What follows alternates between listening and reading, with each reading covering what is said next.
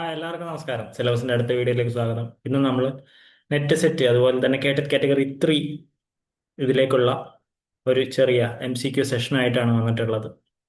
ഇന്ന് കൂടുതലായിട്ടും Indian literature ആണ് ഈ ക്ലാസ്സിൽ നോക്കാൻ പോകുന്നത്, അല്ലെങ്കിൽ ഈ ഒരു സെഷനിൽ നമ്മൾ ഇന്ത്യൻ ലിറ്ററേച്ചറിന്റെ കുറച്ച് ഡീപ്പായിട്ടുള്ള കാര്യങ്ങളായിരിക്കും നോക്കാൻ പോകുന്നത്. സോ എല്ലാവർക്കും സ്വാഗതം. നമുക്ക് നോക്കാം എങ്ങനെയായിരിക്കും എന്നുള്ളത്. എല്ലാവരും പഠിക്കാൻ തുടങ്ങണം, കാരണം നെറ്റിന് ഇനിയിപ്പോൾ ഈ ഒരു ഡേറ്റ് വെച്ച് നോക്കുമ്പോൾ ഒരു 50 ദിവസത്തിൻ്റെ അടുത്ത് മാത്രമേ ഉണ്ടായിരിക്കുകയുള്ളൂ. സെറ്റും അതുപോലെ പിടിക്കുന്നുണ്ട്. കേട്ടറ്റും അതിൻ്റെ കൂടെ തന്നെ വരുന്നവരായിരിക്കും. കേട്ടറ്റ് നിങ്ങൾ പ്രിപ്പയർ ചെയ്യുന്നവരാണെങ്കിൽ നിങ്ങൾക്ക് നമ്മളുടെ ഓൺലൈൻ ലൈവ് ബാച്ചിലേക്ക് ചേരാം. സോ അതിൽ ലിമിറ്റഡ് നമ്പർ ഓഫ് സ്റ്റുഡൻസ് ആയിരിക്കും കേട്ടറ്റ് കാറ്റഗറി 3 ഇംഗ്ലീഷിനുള്ളത്. So you will have a good time. നിങ്ങൾ നന്നായിട്ട് തന്നെ പഠിക്കാനുള്ള ശ്രമങ്ങൾ നടത്തിക്കൊണ്ടിരിക്കുക. So I will tell. എന്തായാലും നമുക്ക് ഇന്നത്തെ സെഷനിലേക്ക് കടക്കാം. ഇന്ത്യൻ ലിറ്ററേച്ചർ ആയിരിക്കും നമ്മൾ നോക്കാൻ പോകുന്നത്, കുറച്ച് ഡീപ്പായിട്ട് നെറ്റിനും സെറ്റിനും ഒക്കെ സഹായിക്കുന്ന തരത്തിൽ. എന്നാൽ കേട്ടറ്റിന് ഇനി വരാൻ സാധ്യതയുള്ള തരത്തിലാണ് നമ്മൾ ക്വസ്റ്റ്യൻസ് അറേഞ്ച് ചെയ്തിട്ടുള്ളത്. Anyway we will start. Meena Alexander was born in, ഏത് വർഷമാണ് ജനിച്ചത്? 1945, 1951, 1960, 70. ഡയറക്റ്റ് ചോദ്യമാണ്. ഇയേഴ്സ് ചോദിക്കുന്നത് കുറവാവും, പക്ഷെ നമ്മൾക്കൊരു ഒരു ഒരു ബേസിക് നോളജ് ഉണ്ടെങ്കിൽ നല്ലതായിരിക്കും എന്നുള്ളത് കൊണ്ടാണ്. 1951 മീന അലക്സാണ്ടർ ജനിക്കുന്നത്. Which collection of Meena Alexander won the PEN Open Book Award? 2002 PEN Open Book Award Meena അലക്സാണ്ടറിന്റെ ഏത് കളക്ഷനാണ് കിട്ടിയെന്ന് ആണ് ചോദിക്കുന്നത്. Raw silk, illiterate heart, atmospheric embroidery, quickly changing river. ഇതിനേതിനാണ് പെൻ ഓപ്പൺ ബുക്ക് അവാർഡ് കിട്ടിയത്? ബി ആയിട്ടുള്ള ഇല്ലിട്രേറ്റ് ഹാർട്ട് എന്ന് പറയുന്ന ബുക്കിനാണ് 2002 പെൻ ഓപ്പൺ ബുക്ക് അവാർഡ് കിട്ടിയിട്ടുള്ളത്. Right. Direct MCQ questions through ആണ് പോകുന്നത്, ക്ലാസ് ആയിട്ടല്ല. സോ കുറെ ക്വസ്റ്റ്യൻസ് ഉണ്ടായിരിക്കും. House of a thousand doors contains how many pieces? 40, 50, 59, 70. C 59. It includes 59 poems and prose pieces. ഇതൊരു കളക്ഷൻ ആയതുകൊണ്ടാണ് 59 പോയംസും അതുപോലെ പ്രോസ് പീസസും ഒന്നിച്ചു വരാനുള്ള കാരണം, അല്ലാതെ ഡോറിന്റെ എണ്ണം അല്ല ചോദിച്ചത്. Fine. The house in Alexander's, Meena അലക്സാണ്ടറിന്റെ poem symbolises wealth, architecture, identity and experience, religion. ഏതാണ്? സി ഐഡന്റിറ്റി ആൻഡ് എക്സ്പീരിയൻസ് ആണ്. It represents multiple aspects like gender, language, ideology. കാരണം അവർ എഴുതുന്ന ഒരു ഏരിയ എന്ന് പറയുന്നത് അങ്ങനത്തെ ഏരിയയിലാണ്. ഇപ്പോൾ കുറച്ച് ആൾക്കാർ റൊമാൻറ്റിക് റൈറ്റേഴ്സ് ഉണ്ടായിരിക്കും, കുറേ ആൾക്കാർ അല്ലാത്തവരുണ്ടായിരിക്കും. അല്ലാത്ത രീതിയിൽ ജെൻഡറിനെയും ലാംഗ്വേജിനെയൊക്കെ കുറിച്ച് എഴുതുന്ന ഒരാളാണ് മീന അലക്സാണ്ടർ എന്ന് പറയുന്നത്. നമ്മൾ ബേസിക്കലി നമ്മളുടെ ഡിഗ്രി കാലഘട്ടങ്ങളിൽ അവരുടെ കവിതകൾ പഠിച്ചിരിക്കാൻ സാധ്യതയുണ്ട്. ഇന്ത്യൻ ഇംഗ്ലീഷ് റൈറ്ററാണ്. Manjula Padmanabhan is not known as a. Not എന്നുള്ള വാക്ക് ശ്രദ്ധിക്കുക. സോ എന്തല്ല എന്നുള്ളതാണ് ചോദിച്ചിട്ടുള്ളത്. Playwright, journalist, scientist, cartoonist. എന്താണ്? സി സയന്റിസ്റ്റ് അല്ല. അവർ പ്ലേ റൈറ്റ് ആണ്, ജേർണലിസ്റ്റ് ആണ്, കാർട്ടൂണിസ്റ്റ് ആണ്. സോ ഒരു ആർട്ടിസ്റ്റ് എന്നുള്ള നിലയിൽ അവർ ഏതൊക്കെയാണ് എന്നുള്ളതും എന്തല്ല എന്നുള്ളതുമാണ് ചോദ്യം. Harvest is set in the year. ഇത് നമ്മൾ ഡിഗ്രി കാലഘട്ടത്തിൽ പഠിച്ചിട്ടുള്ളതാണ്. എനിക്ക് നല്ല ഓർമ്മയുണ്ട്. Harvest, okay, 2000. അതായത് ആ പ്ലേ ഏത് വർഷത്തിലാണ് സെറ്റ് ചെയ്തിട്ടുള്ളത്? അവര് കുറെ കാലം മുമ്പ് എഴുതിയിട്ടുള്ളതാണ്. സോ അവര് ഫ്യൂച്ചറിസ്റ്റിക് ആയിട്ടാണ് അന്ന് അത് എഴുതിയിട്ടുണ്ടായിരുന്നത്. സോ ഹാർവെസ്റ്റ് എന്ന് പറയുന്ന അന്ന് 10-20 കൊല്ലം മുൻപ് എഴുതിയ കഥ, അത് ഏത് കാലഘട്ടത്തിലാണ് സെറ്റ് ചെയ്ത് വെച്ചിട്ടുള്ളത്? ഇപ്പൊ 1990 എഴുതിയ ഒരു കഥയാണെന്നുണ്ടെങ്കിൽ അത് ചിലപ്പോൾ 2010 2020 ആയിരിക്കും അതിന്റെ പ്ലോട്ട് വരുന്നത്. ആ പ്ലോട്ട് ഏത് വർഷത്തിലാണ് വെച്ചിട്ടുള്ളതെന്നാണ് ചോദിക്കുന്നത്.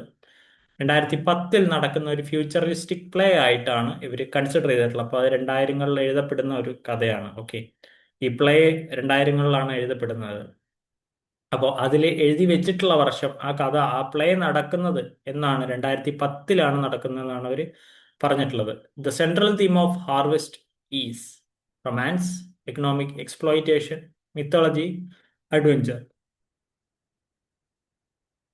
ഏതാണ്? Economic exploitation and കമ്മോഡിഫിക്കേഷൻ.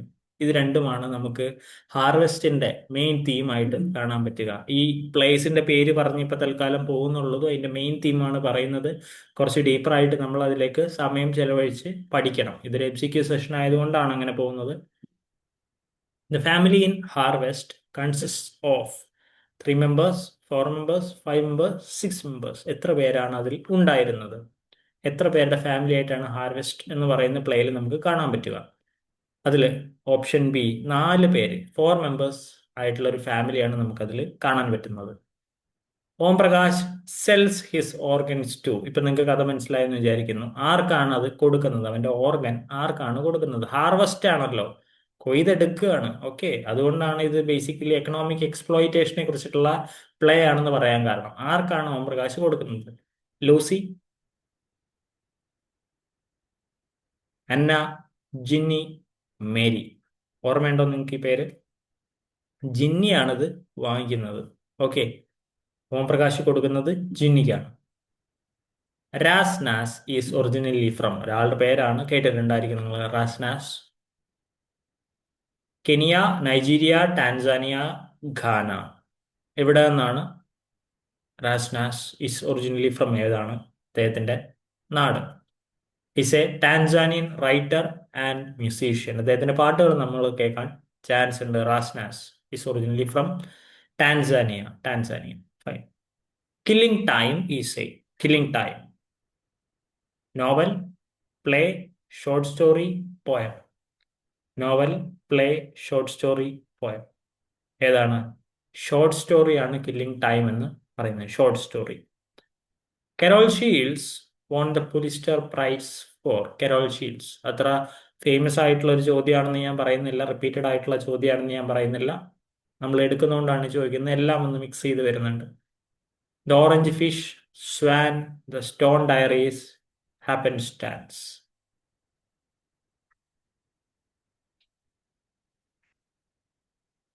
C, the stone diaries ആണ് കരോൾ ഷീൽഡ്സിന് പുലിറ്റ്സർ പ്രൈസ് കിട്ടിയിട്ടുള്ള നോവൽ എന്ന് പറയുന്നത്. The stone diaries. The narrator of a scarf is. A scarf. Nora, Nancy, Mrs Winter, Chris. ആരാണ് എ സ്കാർഫ് എന്നതിന്റെ നറേറ്റർ ആയിട്ട് വർക്ക് ചെയ്യുന്നത്? Narrator ആയിട്ട് പ്ലേയിൽ വന്നിട്ടുള്ളത് ആരാണ്? മിസ്സിസ് വിന്റർ ആണ് ആ ഒരു സ്റ്റോറിയുടെ നറേറ്റർ ആയിട്ട് വരുന്നത്. When did Eugene O'Neill complete long day's journey? എന്നാണ് long day's journey O'Neill complete ചെയ്തതെന്നാണ് ചോദിക്കുന്നത്. 1950s, 1941, 1956, 1966. ഞാൻ പറഞ്ഞു കുറച്ചും കൂടി ഡീപ്പർ ആയിട്ടുള്ള ചോദ്യങ്ങളാണ് ഞാൻ ഇപ്പോൾ പരിചയപ്പെടുത്തുന്നത്. അതുകൊണ്ട് ചിലപ്പോൾ ആൾക്കാരെ അറിയാത്ത ഒരു അവസ്ഥയോ അല്ലെങ്കിൽ വർക്കുകൾ പരിചയമില്ലാത്ത അവസ്ഥയോ ഉണ്ടായിരിക്കും. കുഴപ്പമില്ല. ഇത് കഴിഞ്ഞതിന് ശേഷം ഇപ്പൊ അറിയാത്ത നിങ്ങൾ നോട്ടിൽ കുറിച്ച് വെക്കുക. ഓക്കെ, അതിനുശേഷം ജസ്റ്റ് ഒന്ന് പോയിട്ട് ഇതിലേക്ക് റിവൈസ് ചെയ്ത് നോക്കുക. ഒനിൽ ആരാണ്, ലോങ് ഡേയ്സ് ജേർണി എന്താണെന്നുള്ളത്. അങ്ങനെയാണെങ്കിൽ നമ്മളുടെ പഠിത്തം കംപ്ലീറ്റഡ് ആണെന്ന് പറയാൻ സാധിക്കും. ഇല്ലെങ്കിൽ നിങ്ങൾ കുറെ MCQs കേട്ടിട്ട് ഇവിടെ പോവുകയാണ് ചെയ്യുന്നത്, അല്ലെ? ഈ MCQസിന്റെ അടുത്ത ഒരു ലെവലിലേക്ക് മനസ്സിലാക്കുമ്പോഴാണ് ഈ ഡാറ്റയെ നമുക്ക് ഇൻഫർമേഷൻ ആക്കി മാറ്റാൻ പറ്റുന്നത്. അപ്പൊ റാസ്നാസ് ആരാന്ന് നമുക്ക് മനസ്സിലാക്കാൻ പറ്റും. ഒനിൽ എവിടെ നിന്നുള്ളതാണ്, എന്താണെന്ന് മനസ്സിലാക്കാൻ പറ്റും. മീന അലക്സാണ്ടർ ആരാന്ന് നമുക്ക് മനസ്സിലാക്കാൻ പറ്റും. ഓക്കെ, സോ ഈ ഡാറ്റ മാത്രം പഠിച്ച് തലയിൽ വെക്കാൻ ശ്രമിക്കരുത്. ചിലപ്പോൾ നമ്മൾ മറന്നു പോകും. അതിന് പകരം എന്ത് ചെയ്യുക? ഇതൊന്ന് നോട്ട് ചെയ്ത് വെക്കുക. അല്ലെങ്കിൽ ഇപ്പൊ തന്നെ ഗൂഗിളിൽ ഒന്ന് സെർച്ച് ചെയ്ത് നോക്കുക, ഇത് ആരാ, എവിടുന്നാ, എങ്ങനെയാന്നുള്ളത്. Okay, fine. അപ്പോൾ നമുക്ക് ഉത്തരത്തിലേക്ക് പോവാം. 1941 ലോങ് ഡേയ്സ് ജേർണി അദ്ദേഹം കംപ്ലീറ്റ് ചെയ്തു. Kamala Das autobiography is titled. So famous ആണ്, ഈസിയാണ്. My days, my story, my life, my truth. ഏതാ? My story. അത് 1976 പുറത്തിറങ്ങുന്നത്. കമലാദാസിന്റെ അവരെ മാധവിക്കുട്ടി എന്ന് പറയുന്നുണ്ട്. പേര് മാറലും അതുപോലെ റിലീജിയസ് ആയിട്ടുള്ള കൺവേർഷൻസ് ഒക്കെ അവർ വരുന്നുണ്ട്. എന്നാൽ മൈ സ്റ്റോറി എന്ന് പറയുന്ന ഓട്ടോബയോഗ്രഫി ഇറങ്ങിയതിന് ശേഷം അത് ലിറ്റററി കോൺട്രവേഴ്സിയിലേക്കൊക്കെ പോയത് നമ്മൾ ഡിഗ്രി കാലഘട്ടത്തിൽ തന്നെ പഠിച്ചിട്ടുണ്ടായിരിക്കും. അവരുടെ എക്സ്പ്ലോയിറ്ററി ആയിട്ടുള്ള കാര്യങ്ങളാണ് അതിലേക്ക് വന്നു ചേർന്നത്. Fine. Girish Karnad's Tughlaq is based on. Tughlaq എന്നത് ഗിരീഷ് കർണാഡ് എഴുതിയ പ്ലേ ആണ്. ഫൈൻ. തുഗ്ലക് എന്തിനെ ബേസ് ചെയ്തുകൊണ്ടാണ് ഗിരീഷ് കർണാഡ് എഴുതിയിട്ടുള്ളത്? A mythological story, a historical ruler, a folktale, a Sanskrit play. Tughlaq എന്ന് പറയുന്ന ആളെ അറിഞ്ഞാൽ തന്നെ നിങ്ങൾക്ക് ഇതിന്റെ ഉത്തരം കിട്ടും. ഗിരീഷ് കർണാട് തുഗ്ലക് എന്ന് എന്തിനെ ബേസ് ചെയ്തായിരിക്കും എഴുതിയിട്ടുണ്ടായിരിക്കുക? A historical ruler, Muhammad bin Tughlaq. Delhi സുൽത്താനേറ്റിലെ ഒരു രാജാവായിരുന്നു തുഗ്ലക്. അദ്ദേഹം നമ്മൾ കേട്ടിട്ടുണ്ടായിരിക്കും ഏറ്റവും മണ്ടനായ ഭരണാധികാരി എന്നൊക്കെ പറയുന്ന തരത്തിൽ കുറെ ഡിസിഷൻസ് എടുത്തിട്ടുള്ളതാണ്. ഡിസിഷൻസിനെ ബേസ് ചെയ്തുകൊണ്ടാണ് അവർ ആ തരത്തിൽ ആ റൂളറെ വിളിക്കുന്നത്. Right. Nissim Ezekiel is considered the father of Indian English drama, Indian English poetry, Indian English fiction, Indian literary criticism. So direct question ആണ്. കുറച്ചൊരു ബേസ് ഉള്ള ആൾക്കാർക്ക് ഇത് കിട്ടും. ഏതാണ്? ഇന്ത്യൻ ഇംഗ്ലീഷ് പോയട്രി ആണ്. എസക്കിയലിന്റെ ഏറ്റവും പ്രധാനപ്പെട്ട ചില വർക്കുകളുണ്ട്. അദ്ദേഹം പ്രധാനപ്പെട്ട ഇന്ത്യൻ പോയട്രിയിലെ പയനിയർ ആണ്. അതുകൊണ്ട് തന്നെ അദ്ദേഹം എന്താ അറിയപ്പെടുന്നത്? ഇന്ത്യൻ ഇംഗ്ലീഷ് പോയട്രിയുടെ ഫാദർ ആയിട്ടാണ് അദ്ദേഹത്തിനെ നമ്മൾ കണക്കാക്കുന്നത്. ചെറിയ ഒരു അറിയിപ്പുണ്ട്. ജൂൺ 2026 കേട്ടറ്റ് കാറ്റഗറി 3 ഇംഗ്ലീഷിന് വേണ്ടിയിട്ട് നിങ്ങൾ പ്രിപ്പയർ ചെയ്യുന്നുണ്ടെങ്കിൽ, സോ ഒരു ഓൺലൈൻ ലൈവ് ക്ലാസ് നമ്മൾ കണ്ടക്ട് ചെയ്യുന്നുണ്ട്. ഒരു 7 വീക്സിന്റെ അടുത്തായിരിക്കും നമുക്ക് ഉണ്ടാവുക. കാരണം ഇപ്പൊ ഏകദേശം ഒരു മെയ്യുടെ മിഡ് ആയിട്ടുണ്ട്. ഈ മിഡിൽ നമ്മൾ തുടങ്ങി കഴിഞ്ഞാൽ നമുക്ക് എന്ത് ചെയ്യാൻ പറ്റും? ഈ ജൂണിൽ വിളിക്കുകയാണെന്നുണ്ടെങ്കിൽ ഒരു 50-60 ദിവസം, മാക്സിമം 70 ദിവസം നമ്മുടെ കയ്യിലുണ്ട്. സോ ഒരു 7 വീക്സിന്റെ ഓൺലൈൻ ലൈവ്, നമ്മൾ ലൈവ് ആയിട്ടിരുന്നുള്ള ക്ലാസ് നമ്മൾ നടത്തുന്നുണ്ട്. സോ ലൈവ് ക്ലാസ്സിലേക്ക് നിങ്ങൾ അത്രയും സീരിയസ് ആയിട്ടുള്ള ഒരു ആസ്പിരന്റ് ആണെങ്കിൽ നിങ്ങൾക്ക് ജോയിൻ ചെയ്യാം. നമ്മുടെ നമ്പർ അവൈലബിൾ ആയിരിക്കും പ്രീവിയസ് വീഡിയോസിൽ, അല്ലെങ്കിൽ ഡിസ്ക്രിപ്ഷൻസിൽ ഉണ്ടായിരിക്കും. സോ ലൈവ് ക്ലാസ് അറ്റൻഡ് ചെയ്ത് കേട്ടറ്റ് കാറ്റഗറി 3 നിങ്ങൾ പാസ്സാവണമെന്നുണ്ടെങ്കിൽ യു ക്യാൻ അറ്റൻഡ്. ഓക്കെ, നിങ്ങളെ വെൽക്കം ചെയ്യാണ്. സൈക്കോളജിയും ലിറ്ററേച്ചറും പെഡഗോഗിയും നമ്മൾ നെറ്റ് പാസ്സായിട്ടുള്ള ക്വാളിഫൈഡ് ആൾക്കാർ, എക്സ്പീരിയൻസ്ഡ് ആയിട്ടുള്ളവരായിരിക്കും എടുക്കുന്നുണ്ടായിരിക്കുക. You know how we take classes അല്ലേ? നിങ്ങൾ നമ്മുടെ ക്ലാസ് കാണുന്നതായിരിക്കും. സോ നിങ്ങൾ അതിലേക്ക് ക്ഷണിക്കുന്നു. സീരിയസ് ആസ്പിരൻസ് ആണെങ്കിൽ നമ്മൾ, കാരണം ഒരു 10 to 12 പേരെ മാക്സിമം നമ്മൾ എടുക്കാൻ ഉദ്ദേശിക്കുന്നുള്ളൂ. എന്നിട്ട് ഈ 12 പേരെയും വിജയിപ്പിക്കാനാണ് ഞങ്ങൾ ശ്രമിക്കുന്നത്. ഇത് റെക്കോർഡഡ് ക്ലാസ്സസ് അല്ല, അതായത് നിങ്ങൾക്ക് എപ്പോഴും ഇരുന്ന് കേൾക്കാൻ തക്ക തരത്തിലുള്ള റെക്കോർഡഡ് ക്ലാസ്സസ് അല്ല, ഇത് ലൈവ് ക്ലാസ്സസ് ആയിരിക്കും. ഫൈൻ. എന്തുകൊണ്ടാണെന്ന് ചോദിച്ചു കഴിഞ്ഞാൽ റെക്കോർഡഡ് ക്ലാസ്സസ് നിങ്ങൾ പല ഇൻസ്റ്റിറ്റ്യൂട്ടുകളിലും അവൈലബിൾ ആണ്, പക്ഷെ നിങ്ങളത് കാണില്ല. നിങ്ങൾ ആ പൈസ കൊടുത്ത് ചേർന്നതിന് ശേഷം അത് എപ്പോഴെങ്കിലും എടുത്ത് നോക്കൽ മാത്രമേ ഉണ്ടായിരിക്കുകയുള്ളൂ. ഞങ്ങൾ അതല്ല ഉദ്ദേശിക്കുന്നത്. ലൈവിൽ നിങ്ങൾക്ക് ഇരുന്ന് പറഞ്ഞു തരാനാണ്. നമ്മൾ ഒരു നോട്ടും ടെക്സ്റ്റും ഒക്കെ എടുത്ത്, നോട്ട്ബുക്കും പേനയൊക്കെ എടുത്ത് നമ്മൾ ലൈവായിട്ട് ഡിസ്കസ് ചെയ്ത്, എന്താ പറയുക, കോൺഫിഡൻസ് ബൂസ്റ്റ് ചെയ്തിട്ട് നമ്മൾ പഠിക്കും. ഒരു ക്ലാസ്സിലിരിക്കുന്ന അതേ ഫോർമാറ്റിൽ നമ്മൾ ഓൺലൈനിൽ ഇരുന്ന് ലൈവ് ക്ലാസ് അറ്റൻഡ് ചെയ്യും. സോ അത്രയും നിങ്ങൾ ആഗ്രഹിക്കുന്നുണ്ടെങ്കിൽ, നിങ്ങൾ എന്താ പറയുക, ഇതുവരെ എഴുതിയിട്ട് പാസ്സായിട്ടില്ല എന്നുണ്ടെങ്കിൽ, അല്ലെങ്കിൽ ഫ്രഷ് കാൻഡിഡേറ്റ് ആണ്, ലിറ്ററേച്ചറൊക്കെ ഒന്ന് ബൂസ്റ്റ് ചെയ്യണമെന്നുണ്ടെങ്കിൽ തീർച്ചയായിട്ടും നിങ്ങൾക്ക് ജോയിൻ ചെയ്യാൻ പറ്റുന്നതാണ്. ഇപ്പൊ തന്നെ നിങ്ങൾക്ക് കോൺടാക്ട് ചെയ്യാം. ഫൈൻ. നമ്മൾ അത്രയും കുറച്ച് ആൾക്കാരെ മാത്രമേ എടുക്കുന്നുള്ളൂ. അതുകൊണ്ടാണ് അങ്ങനെ പറയാൻ തന്നെ കാരണം. കുറെ പേരെ എടുത്ത് അങ്ങനെ ഒരു പരിപാടിയല്ല. എടുക്കുന്നവരെല്ലാവരും പാസ്സാക്കുക എന്നുള്ളതാണ് ഞങ്ങളുടെ ഉദ്ദേശം. അതുകൊണ്ടാണ് ലിമിറ്റഡ് നമ്പർ വയ്ക്കുന്നത്. അതുകൊണ്ട് തന്നെ ലിമിറ്റഡ് ആയിരിക്കും സീറ്റ്സ്. നമ്മൾ തുടങ്ങിയിട്ടുണ്ട്. So you can contact us if you are truly admired to crack this exam. So ഒരു 7 വീക്ക് നിങ്ങൾക്ക് വേണ്ടി നിങ്ങൾ ഞങ്ങൾക്ക് തരാൻ തയ്യാറാണെങ്കിൽ നിങ്ങൾ എന്തായാലും പാസ്സായിരിക്കും. എനിവേ, അപ്പൊ നിങ്ങൾ എല്ലാവരെയും സ്വാഗതം ചെയ്യുന്നു, വെൽക്കം ചെയ്യുന്നു. ഫൈൻ. അപ്പൊ നമുക്ക് എന്തായാലും അടുത്ത സ്ലൈഡിലേക്ക് പോവാം. Mahesh Dattani's final solutions deals with. Mahesh Dattani's എഴുതിയ ഫൈനൽ സൊല്യൂഷൻസ് എന്തുമായിട്ടാണ് ഡീൽ ചെയ്തിരിക്കുന്നത്? Caste discrimination, communal violence, gender inequality, colonial exploitation. ഏതായിരിക്കും? അറിയോ? കമ്മ്യൂണൽ വയലൻസുമായിട്ട് ബന്ധപ്പെട്ടിട്ടാണ് ഫൈനൽ സൊല്യൂഷൻസ് മഹേഷ് ദത്താനി എഴുതിയിട്ടുള്ളത്. ഹിന്ദു മുസ്ലിം ടെൻഷൻസ്, അതായത് ഇന്നത്തെ കാലത്ത് നമുക്ക് കാണാൻ പറ്റും, നമ്മൾ എത്രത്തോളം വേണ്ട എന്ന് വെച്ചാലും സോഷ്യൽ മീഡിയയിൽ കൂടിയാണ് ഏറ്റവും കൂടുതൽ ഇത് പകരുന്നത്. ഫൈൻ. ഇതൊരു അസുഖമായിട്ടാണ് നമുക്കിത് കാണാൻ പറ്റുക. ഓക്കെ. കമ്മ്യൂണൽ വയലൻസ് അഴിച്ചു വിടുക, അത് പൊളിറ്റിക്കൽ അജൻഡാസിന് വേണ്ടിയിട്ട്, അതാണ് ബേസിക്കലി നടന്നുകൊണ്ടിരിക്കുന്നത്. ഇതേ അഡ്രസ്സിൽ തന്നെയാണ് മഹേഷ് ദത്താനി ഫൈനൽ സൊല്യൂഷൻസ് എന്ന് പറയുന്ന ഈ ഒരു വർക്ക് എഴുതിയിട്ടുള്ളത്. Right. A suitable boy's author is. ആരാണ് എ സ്യൂട്ടബിൾ ബോയ് എന്നുള്ളത് എഴുതിയിട്ടുള്ളത്? അമിതാവ് ഘോഷ്, രോഹിൻടൺ മിസ്ട്രി, വിക്രം സേത്ത്, കിരൺ ദേശായി. ആരാണ് എ സ്യൂട്ടബിൾ ബോയ് എഴുതിയത്? വിക്രം സേത്ത് ആണ്. One of the oldest and longest novels published in English Indian English റൈറ്റിംഗിൽ ഏറ്റവും ലോങ്സ്റ്റ് ആയിട്ടുള്ള ഒരു നോവലായിട്ടാണ് a suitable boy Vikram Seth എഴുതിയിട്ടുള്ളത്. Fine. Jayanta Mahapatra belongs to which state? അദ്ദേഹത്തിന് ഒരു ഇമ്പോർട്ടൻസ് ഉണ്ട് ഇന്ത്യൻ ഇംഗ്ലീഷ് റൈറ്റിംഗിൽ. എവിടേക്കാണ് അദ്ദേഹം ബിലോങ് ചെയ്യുന്നത്? വെസ്റ്റ് ബംഗാൾ, കേരള, ഒഡീഷ, അസം. ഫൈൻ. ഒഡീഷയിലേക്കാണ്. He is the first Indian poet to win the Sahitya Akademi award for English poetry. എന്തുകൊണ്ടാണ് ജയന്ത് മഹാപത്ര ഇമ്പോർട്ടന്റ് ആയതെന്ന് ഇപ്പൊ മനസ്സിലായോ? First Indian poet to win the Sahitya Akademi award for English poetry. Fine. ഇന്ത്യയിൽ തന്നെ പലതരത്തിലുള്ള ഭാഷകളിൽ പോയട്രീസ് എഴുതുന്നുണ്ട്. അതിന്റെ കൂടെ നമുക്ക് ഇംഗ്ലീഷ് പോയട്രി എഴുതിയതിന് സാഹിത്യ അക്കാദമി അവാർഡ് കിട്ടുന്ന ഫസ്റ്റ് ഇന്ത്യൻ പോയറ്റ് ആണ് Jayanta Mahapatra. Who wrote train to Pakistan? This is common question. വളരെ കോമൺ ആയിട്ടുള്ള ഒരു ക്വസ്റ്റ്യൻ ആണ്. Mulk Raj Anand, Khushwant Singh, Raja Rao, R K Narayan. ഇതിൽ ആരാണ് ട്രെയിൻ ടു പാകിസ്ഥാൻ എഴുതിയത്? ഖുശ്വന്ത് സിംഗ് ആണ്. കാരണം 1947 ഇന്ത്യ പാകിസ്ഥാൻ പാർട്ടീഷനുമായിട്ട് ബന്ധപ്പെട്ടും അതിൽ ആൾക്കാർ അങ്ങോട്ടും ഇങ്ങോട്ടും പോകുന്നതും അവരുടെ ഫാമിലീസുമായിട്ടുള്ള ബുദ്ധിമുട്ടുകൾ അറിയാലോ, അതുമായിട്ട് ബന്ധപ്പെട്ടിട്ടാണ് നമുക്ക് ഈ ഒരു നോവല് കാണാൻ പറ്റുക. Sarojini Naidu was also known as so simple, mother of the nation, nightingale of India, voice of India, queen of poetry. ഏതാ? Nightingale of India. Okay, nightingale of India എന്നുള്ളതാണ് സരോജിനി നായിഡു അറിയപ്പെടുന്നത്. ആരാണ് അവർക്ക് പേര് കൊടുത്തത്? മഹാത്മാഗാന്ധിയാണ് അവർക്ക് ഈ മെലോഡിയസ് പോയിട്രി എഴുതുന്നതിന് വേണ്ടിയിട്ട് സരോജിനി നായിഡുവിന് ഈ ഒരു നെയിം അവാർഡ് ചെയ്ത് കൊടുത്തത്. The guide by R K Narayan won which award? ഏത് അവാർഡാണ് ആർ കെ നാരായണന്റെ ഗൈഡിന് ലഭിച്ചത്? Booker prize, Sahitya Akademi award, Padma Bhushan, Commonwealth prize. ഏതാണ്?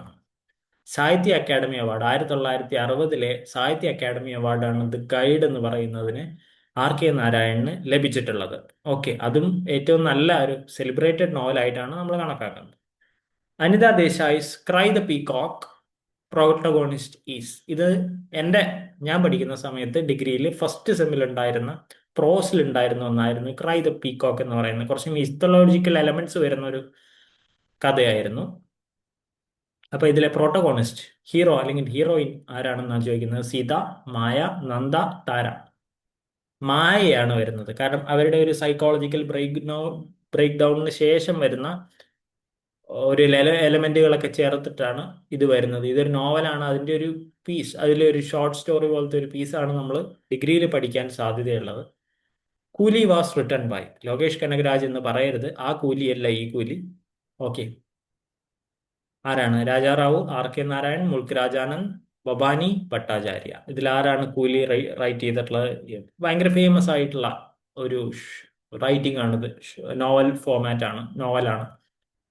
മുൾക്ക് രാജ് ആനന്ദാണ് ഇത് എഴുതിയിട്ടുള്ളത്. ഇന്ത്യൻ വർക്കിംഗ് ക്ലാസസിനെ കുറിച്ചിട്ടുള്ള ഒരു റൈറ്റിംഗ് ആണ് എന്ത്? കൂലി എന്ന് പറയുന്ന മുൾക്ക് രാജ് ആനന്ദിന്റെ ഈ ഒരു work. Such a long journey is set in which city? Delhi, Calcutta, Bombay, Madras. ഈ വർക്കുകളൊക്കെ പറയുമ്പോൾ ഇതിലൊരു ഡീപ്പർ ആയിട്ടുള്ള നോളജ് നിങ്ങളും കൂടെ ഉണ്ടാക്കാൻ ശ്രമിക്കണം. ഫൈൻ. നമ്മളൊരു MCQ സെഷൻ എന്ന് വെക്കുമ്പോൾ എല്ലാം കവർ ചെയ്യാൻ ശ്രമിക്കുന്നുണ്ട്, പക്ഷെ കുറെ അധികം ആയിപ്പോവും. അതുകൊണ്ട് നിങ്ങളും കൂടെ എന്നെ സഹായിക്കണം.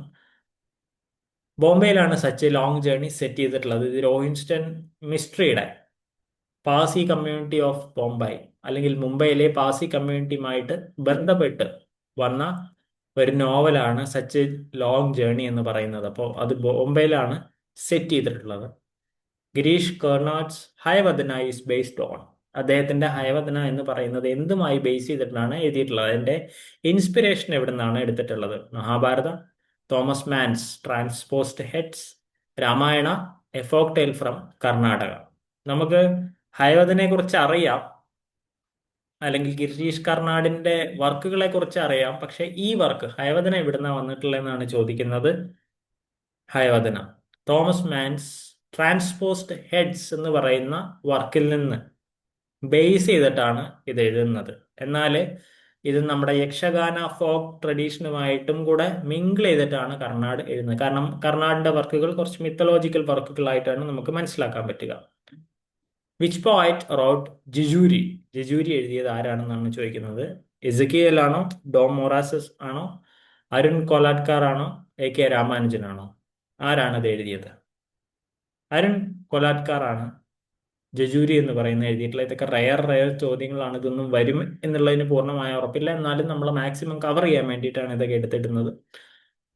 ആൻഡ് എന്താണ് ഇതിന്റെ പ്രത്യേകത? It won the Commonwealth poetry prize in 1977. അപ്പോൾ ഇത് കാരണം വേണമെങ്കിൽ നമുക്ക് ഇത് ഈ ഒരു ചോദ്യമോ ഈ ഒരു റൈറ്ററോ പ്രതീക്ഷിക്കാം. അരുൺ കൊളാറ്റ്കാറിന്റെ ജജൂരി. അത് കോമൺവെൽത്ത് പോയട്രി പ്രൈസ് 1977 ലഭിച്ച ഒരു പോയമാണ്. അതിന്റെ പോയറ്റിന്റെ പേരാണ് Arun Kolatkar. In custody was written by Anita Desai, Kiran Desai, Shashi Deshpande, Nayantara Sahgal. ആരാണ്? അനിത ദേശായി ആണ് ഇത് എഴുതിയിട്ടുള്ളത്. It explores declining status of Urdu language. അപ്പൊ അതിന്റെ ദേവൻ എന്ന് പറയുന്ന അതിന്റെ പ്രൊട്ടഗോണിസ്റ്റ് എങ്ങനെയാണ് ഈ ഉറുദു ലാംഗ്വേജിന്റെ ഡിറ്റീരിയേഷനെ കുറിച്ച് പറയുന്നത്, പഠിക്കുന്നത്, അതെങ്ങനെയാണ് നോവലിൽ പോർട്രേ ചെയ്യുന്നത് എന്നുള്ളതാണ് ഇൻ കസ്റ്റഡി എന്ന് പറയുന്നതിൽ അനിത ദേശായി എക്സ്പ്ലോർ ചെയ്യാൻ ശ്രമിക്കുന്നത്. The serpent and the rock author is so famous അല്ലെ. മുൾക്കരാജാനന്ദ്, രാജാറാവു, ജി.വി., അതുപോലെ ഭവാനി ഭട്ടാചാര്യ. ആരാണ്? രാജാറാവു ആണ് ഇത് എഴുതിയിട്ടുള്ളത്. A philosophical novel exploring Vedantic thought and identity. The serpent and the rope എന്ന് പറയുന്നത്. ഫൈൻ. ഇത് കർണാടിന്റെ സർപ്പന്റുമായിട്ട് ബന്ധപ്പെട്ടിട്ടുള്ള വേറെ ഒരു പ്ലേ ഒക്കെ ഉണ്ട്, അതിലേക്കൊന്ന് കണക്ട് ചെയ്യരുത്. Okay. The white tiger by Aravind Adiga won. നല്ലൊരു പുസ്തകമാണ്. DSC prize, Man Booker prize, Sahitya Akademi award, JCB prize. ഏതാണ് ലഭിച്ചിട്ടുള്ളത് വൈറ്റ് ടൈഗറിന്? Man Booker prize 2008 Man Booker prize ആണ് അദ്ദേഹത്തിന് ലഭിച്ചിട്ടുള്ളത്. അദ്ദേഹത്തിന്റെ അരവിന്ദ് അഡിഗയുടെ ഫസ്റ്റ് നോവലായിരുന്നു ദ വൈറ്റ് ടൈഗർ എന്ന് പറയുന്നത്. അത് അന്നത്തെ കാലത്ത് ബെസ്റ്റ് സെല്ലിംഗ് ആയിരുന്നു, ബെസ്റ്റ് സെല്ലിംഗ് ആയിട്ടുള്ള ഒരു പുസ്തകമാണ്. സോ തൽക്കാലം ഞാൻ ഇവിടെ നിർത്തുകയാണ്. കുറച്ചധികം കവർ ചെയ്തിട്ടുണ്ടെന്ന് വിചാരിക്കുന്നു. ഇനിയും തീർച്ചയായിട്ടും വീഡിയോ ആയിട്ട് വരും. സോ ഫസ്റ്റ് ഒരു അഭ്യർത്ഥനയുള്ളത്, നിങ്ങൾ സീരിയസ് ആയിട്ട് ആസ്പിരൻസ് ആണെങ്കിൽ ഈ വീഡിയോ ഇടുന്ന അതേ പ്ലേലിസ്റ്റിൽ കുറേ അധികം വീഡിയോസ് നിങ്ങൾക്ക് അവൈലബിൾ ആണ്. So you can check that out. Okay. കുറേ അധികം MCQസും അതുപോലെ ലെക്ചേഴ്സും, കുഞ്ഞു കുഞ്ഞ് ലെക്ചേഴ്സും അതിൽ കിടപ്പുണ്ട്. അപ്പോൾ ഈ പ്ലേലിസ്റ്റിൽ ഈ വീഡിയോ കണ്ടു കഴിഞ്ഞാൽ ആ പ്ലേലിസ്റ്റിന്റെ താഴേക്ക് നോക്കി കഴിയാൽ നിങ്ങൾക്ക് കുറേ അധികം വീഡിയോസ് ഇംഗ്ലീഷ് ലിറ്ററേച്ചറുമായിട്ടൊക്കെ ബന്ധപ്പെട്ടിട്ടുള്ളത് കാണാൻ പറ്റും. You can check that out. Okay. നല്ല ഉപകാരപ്പെടുമെന്ന് എനിക്ക് ഉറപ്പാണ്. അതുപോലെ തന്നെ ഇൻ കേസ് നിങ്ങൾ കാറ്റഗറി 3 വേണ്ടിയിട്ടാണ് നിങ്ങൾ ശ്രമിക്കുന്നതെങ്കിൽ ഒരു ലൈവ് നല്ല ഇംഗ്ലീഷ് ലിറ്ററേച്ചറൊക്കെ പഠിക്കാൻ പറ്റിയ നല്ലൊരു ക്ലാസ് ആണ് എന്നുണ്ടെങ്കിൽ യു ക്യാൻ ജോയിൻ. എന്താ പറയുക, പെട്ടെന്ന് തന്നെ. അത്രേ ഞാൻ ഉദ്ദേശിക്കുന്നുള്ളൂ. സോ നിങ്ങളുടെ ഇൻസ്പിറേഷനാണ് വേണോ വേണ്ടയോ എന്നുള്ളത്. സോ സീരിയസ് ആസ്പിരൻ്റ് ആണെങ്കിൽ തീർച്ചയായിട്ടും ഈ ഒരു ലിമിറ്റഡ് ഒരു ജോയിൻ. കാരണം അത്രയും ഒരു ഒരു ലിമിറ്റഡ് ബാച്ചിനെ ജയിപ്പിക്കുക എന്നുള്ളതാണ് ഞങ്ങളുടെ ഒരു ധാരണ, അല്ലെങ്കിൽ ഞങ്ങളുടെ ഒരു എന്താ പറയുക, ഈ പ്രാവശ്യത്തെ മോട്ടിവേഷൻ എന്നുള്ളത്. സോ നിങ്ങൾക്ക് തീർച്ചയായിട്ടും ജോയിൻ ചെയ്യാം. സോ അടുത്തൊരു വീഡിയോയിൽ കാണുന്നവരെ bye bye and see U.